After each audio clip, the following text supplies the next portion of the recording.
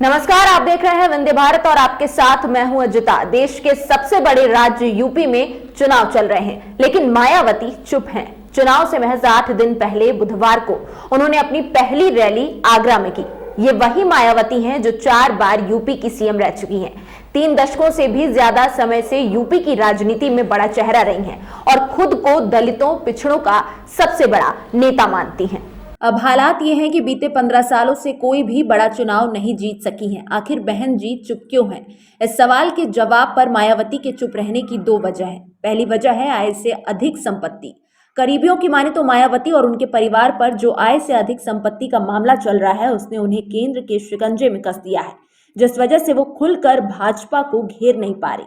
दूसरी वजह है उनका स्वास्थ्य। मायावती अब 66 साल की हो चुकी हैं। कोरोना के चलते भी उन्हें अपने कदम पीछे खींचने पड़े।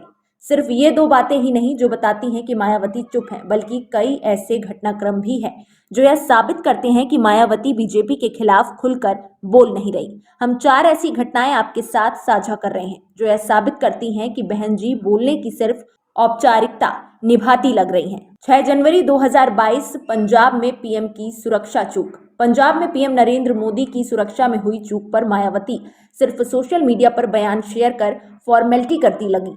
उन्होंने लिखा, पीएम नरेंद्र मोदी के पंजाब दौरे पर हुई सुरक्षा चूक अति चिंतनीय है। इस घटना को पूरी गंभीरता से लेकर इसकी उच्च स्तरीय निष्पक्ष जांच जरूरी है ताकि दोषियों को उचित सजा मिल सके और आगे फिर ऐसी घटना का दोहराव न हो। 20 नवंबर 2021 विवादित कृषि कानून की वापसी। देश में तीव्र आंदोलन के बाद 3 विवादित कृषि कानूनों की वापसी हुई। मायावती ने केंद्र सरकार की घोषणा का देर आए दुरुस्त आए कहकर स्वागत किया, लेकिन इसे चुनावी स्वार्थ और मजबूरी का फैसला बताकर बीजेपी की नीयत पर शक भी जताया। उन्होंने केंद्र सरकार से न्यूनतम समर्थन मूल्य सुनिश्चित करने के लिए नया कानून बनाने और आंदोलनकारी किसानों पर दर्ज सभी मुकदमे वापस लेने की मांग भी उठाई। 22 जून 2021 कोरोना वैक्सीन मामला।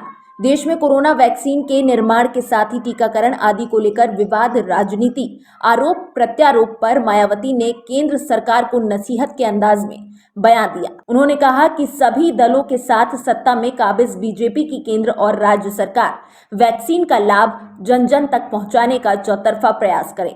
22 जून 2020 चीन के साथ विवाद। 15 जून 2020 को लद्दाख में चीनी सेना के साथ संघर्ष में कर्नल समेत 20 सैन्यकर्मियों की शहादत पर मायावती ने कहा कि इस घटना से पूरा देश दुखी, चिंतित और आक्रोशित है।